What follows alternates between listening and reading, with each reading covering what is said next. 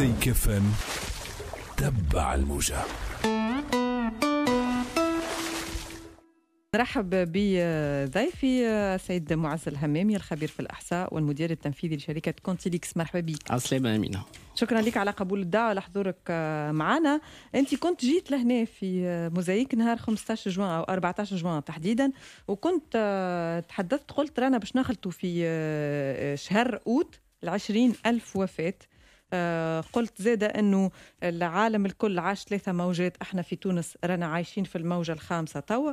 وقلت في شهر جويلية القادم تونس ستعيش انهيار المنظومة الصحية، وعلى الدولة التسريع في التلقيح لتفادي ذلك. ماشيين في 20,000 وفاة، ماشيين لهم بخطى حثيثة، بخطى ياسر حثيثة، ويعني وهذا سيناريو عنده شانس كبيرة باش يتحقق للأسف. راهو نحن صحيح مثلا يقدموني برشا كخبير في الإحصاء، أما نحن خدمتنا ولا أنا الاختصاص متاعي هو التقييم الكمي للمخاطر. يعني سي لا جيستيون كونتيتاتيف دي ريسك. كيف نعملوا سيناريوهات اللي هما محتملة، نحن ماذا بينا ما نمشيوش فيهم. راهو يعني كيف نقولوهم سيناريوهات هذمك باش نحذروا، باش ناخذوا الاحتياطات وباش ناخذوا الإجراءات اللازمة اللي باش ما نمشيوش فيهم قبل ما نوصلوا حتى اللي حكيناه في شهر جوان. كنا في أول أفريل حذرنا من اللي باش يصير في جويلية، وقلنا كان تحبوا تمنعوا صيفكم، راهو الصيف يتمنع في رمضان ما يتمنعش في الصيف. يعني راهو طلبنا وقتها ولي أول مرة، أنا مانيش للحجر الصحي الشامل، خاطر ثم استراتيجيات أخرى نجموا نطبقوهم، لكن وقتها لأول مرة طلبنا الحجر الصحي الشامل في رمضان. علاش؟ باش نجموا نقصوا برشا من العدوى، باش نفيتيو السيناريو هذا، وباش نجموا نعيشوا صيف عادي ونمنعوا حتى العودة المدرسية. هذايا ما صارش بصفة استباقية. قعدنا خلينا الموجة رجعت، ما تحركناش في الوقت. يعني الموجة هذه الخامسة بدأت نهار 15 ماي، حتى يكشي 15 جوان ما تحركناش. قلنا لهم اللي ثم ناقوس خطر، يعني راهو ماشيين في ثنايا ياسر خايبة، وان دوا رياجير وقتها في 15 جوان. وقتها جات الرياكسيون جات في أول جويلية، يعني وقتها ياسر مخر باش تنجم تمنع حاجات. وهذايا المشكلة اللي نعيشوا فيه، مش كان في الموجة هذه، في الموجات اللي فاتوا الكل. وقتها نحن في الموجة الخامسة أمينة، والعالم كله عاش في 3 موجات. إيش معناها؟ يعني ثم فشل كبير في الاستباقية. راهو نحن اخترنا استراتيجية معينة اللي نحن مناش نطبقوا فيها جملة. إيش معناها؟ في دول العالم كل ثم 3 استراتيجيات لمحاربة الكوفيد.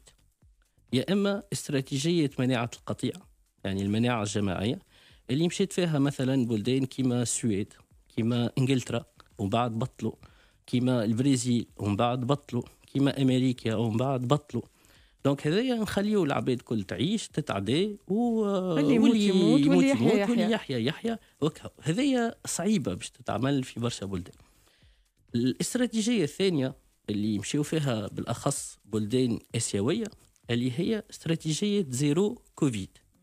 يعني نسكروا البلاد كومبليتمون، نعملوا ان كونفينمون ياسر قوي باش نقلصوا عدد الحالات لصفر. يعني نوصلوا ما عادش عندنا كوفيد في البلاد، ما عادش نحكيو عليه. نسكروا لي فرونتيير نتاعنا، ما نخليوش العباد تجي من برا. حتى اللي يجي يعدي كارونتين نتاع 14 يوم على الأقل، وهكا نقعدوا نعيشوا نحن في وسط البلاد بصفة عادية. هذه مشيت فيها تايوان، مشيت فيها لاوس، مشيت فيها تايلاند، نوفيل زيلاند، يعني برشا بلدان اختاروا المنحى هذا.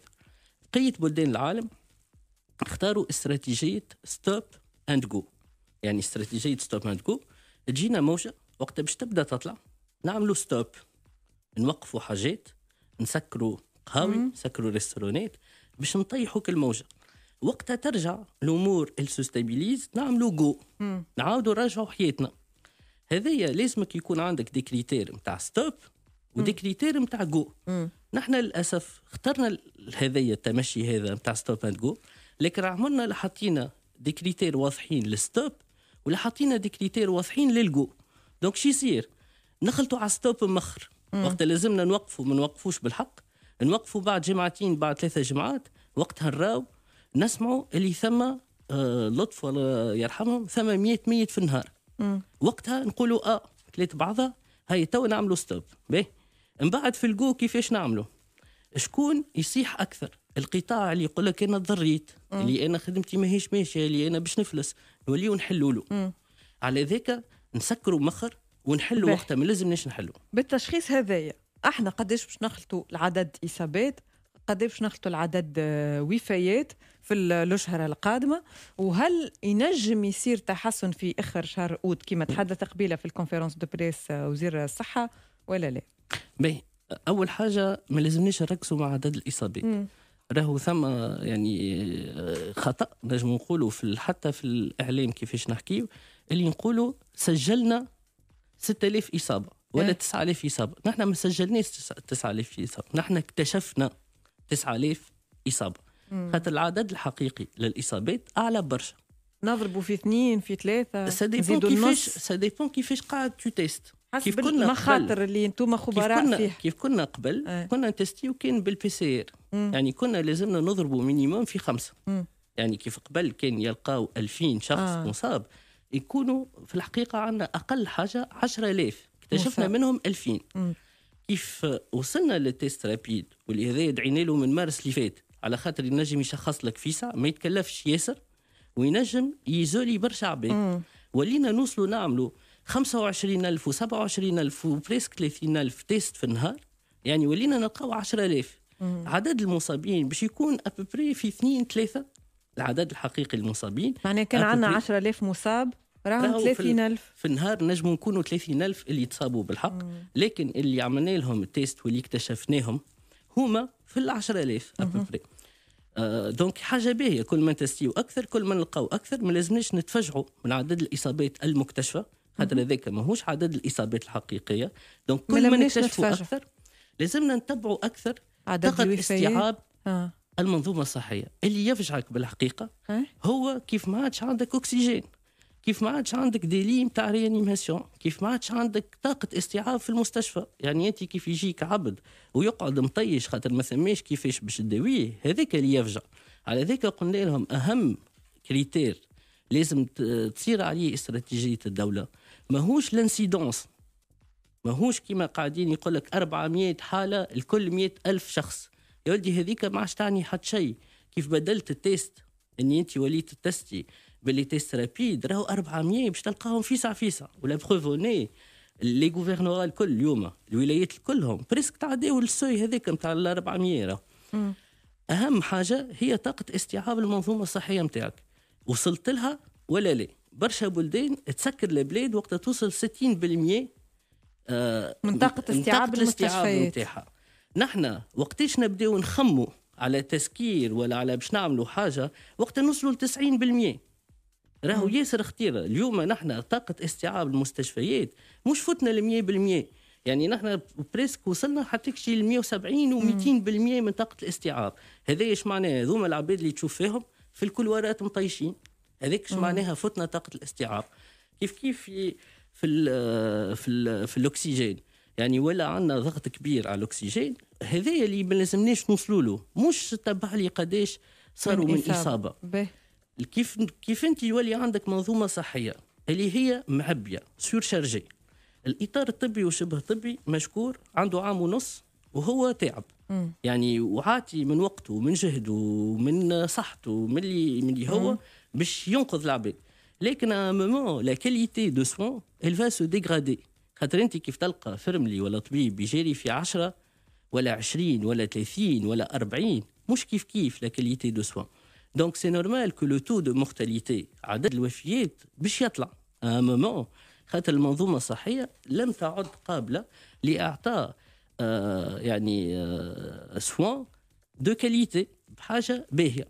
على ذاك نشوفوا عدد الوفيات يطلع ياسر، وعلى ذاك نحكيو على تنجم تهرب بيك. إلى أي مدى نجم نقولوا اللي عدد الوفيات المعلن عنها هو بالفعل وفيات ولا وفيات كوفيد يومية في تونس؟ نزيدوا في 2 شطر نقصوا، علما وأنه هما البلاغات متاع وزارة الصحة ما يهبطوش في نهارهم، وأحيانا قالك ينجم يكون فيه مثلا 60 وفاة متاع البارح و30 وفاة متاع اليوم باغ اكزامبل. على ذلك لازم نركزوا حتى كيفاش نحكيو، ما نقولوش اللي تهبطوا الوزاره ماهوش عدد الوفيات في ال 24 ساعه الاخيره. اللي تهبطوا الوزاره هو عدد الوفيات اللي سمعت بها الوزاره في ال 24 ساعه الاخيره. يعني نعطيك باش نبسطوا حاجه سهله. العباد اللي يتوفاوا الله يرحمهم في المستشفيات العموميه، الوزاره تسمع بهم في نهارتها. العباد اللي يتوفاوا في المساحات الخاصه الوزاره تسمع بهم من غدوه. العباد اللي يتوفاوا في ديارهم الوزاره تسمع بهم كان عاملوا لهم تحليل بعد نهارين 3 4 5 جمعه، خاطر ينجم يقعد التحليل نتاعهم ما يصيرش ويقعد من بعد يتعمل ومن بعد يدخل في الاحصائيات. دونك العدد اللي تشوفوا فيه اللي يخرج كل نهار هو عدد الحالات اللي سمعنا بهم في ال 24 ساعه الاخرى. دونك انا هو عدد قديش عدد الحالات اللي توفيوا بالحق في النهار في ال 24 ساعه. ما تنجمش تعرفوا نهارتها خاطر ثم دي روتار باش يجيو. هيك توا الوزاره مشكوره ولات تخرج في بيان كانت تغزر لي جراف، ثم جراف بالايامات وعندك قديش توفيوا بالحق، يعني كل نهار يتبدل هذاك. اللي مثلا اليوم نحكيو تعدينا البيك ولا نحن نورمالمون تعديناه البيك كان في 9 جويلية، ونهار 9 جويلية حققنا اعلى نسبه نتاع وفيات اللي هي كانت ابري في 190 شخص اللي توفاوا بالحق نهار 9 جويلية. كيف نقولوا ايش بنا معناها نهار 9 جويلية 190 شخص بالضبط؟ علاش متاكد من الرقم هذا؟ هذا اللي هبطته الوزاره، هذا الرقم اللي تهبطوا الوزاره، ما قلتلكش الرقم اللي تهبطوا في ال 24 ساعه الاخرى. يعني معنى البيك مش عدد الانتشار بقدر ما هو عدد الوفيات.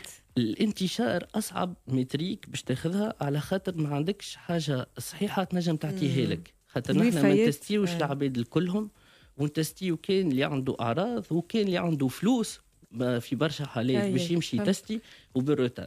عدد الوفيات هو احسن من عدد الاصابات ككريتير واقعي اكثر، موضوعي اكثر. للاسف هي توجع، والعباد ما همش ارقام، يعني هذوما اليوم نحكيو على 17500 عائله اللي عندها شكون فقدته، والعدد هذا يعني البار متاع 20,000 باش نتعداوها في كل الحالات. يعني هذيك البار متاع 20,000 في اخر جويلية، مش في اخر جويلية، يعني الاكثريه في منتصف اوت باش نتعداوها. توا هذا كان ما صارتش كارثه، يعني كان ما صارتش كارثه نتاع انقطاع اكسجين نتاع حاجه كيما هكا اللي هي تنجم تهلك الحسابات كلهم.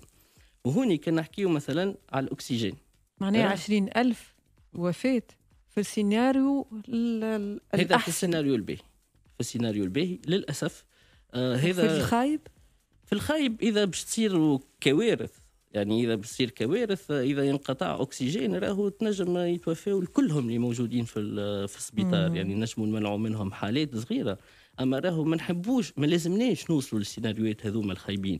يعني نحن كيف نحطوا حتى سيناريو متوسط ماذا بينا يكذبونا، ماذا بينا ما نخلطولوش، خاطر هذيك شنية معناها جاري بصفة استباقية.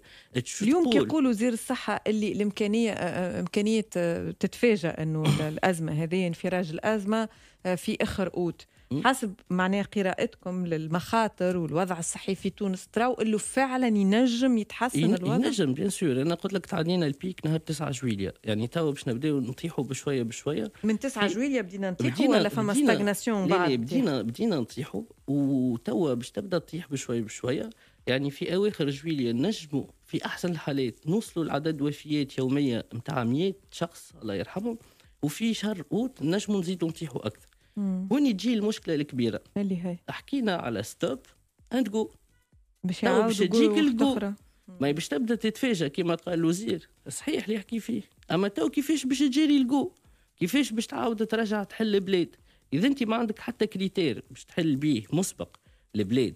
باش يصير احنا ماناش باش يقول لك ماناش في حظر صحي، احنا ديجا البلاد محلوله، شنو عندنا كوفر في 8 اي اسكو باش يتحل؟ لا، ثم عباد الطالب تقول لك انا خدمتي في الليل، صيف عديته لي ما نجمش نخدم. هوني علاش نحكيو على الجو اللي هو لازم يكون ميتريزي، مش تحل بلاد بصفه اعتباطيه، سامحني في الكلمه. ما هذاك شنيا صار في برشا مرات. اليوم كان نحبوا زاده بصفه استباقيه نمنعوا العوده المدرسيه، ما لازمناش نحلوا في اوت. حتى كيف تتفاجئ الدنيا في اوت ما لازمكش تحل، خاطرك تحب تمنع العوده المدرسيه. دونك اكبر غلطه تنجم تصير اللي هي تخفيف الاجراءات في اوت. حتى كيف تتفاجئ الدنيا ما لازمش الاجراءات يتخفوا اذا نحبوا نمنعوا العوده المدرسيه.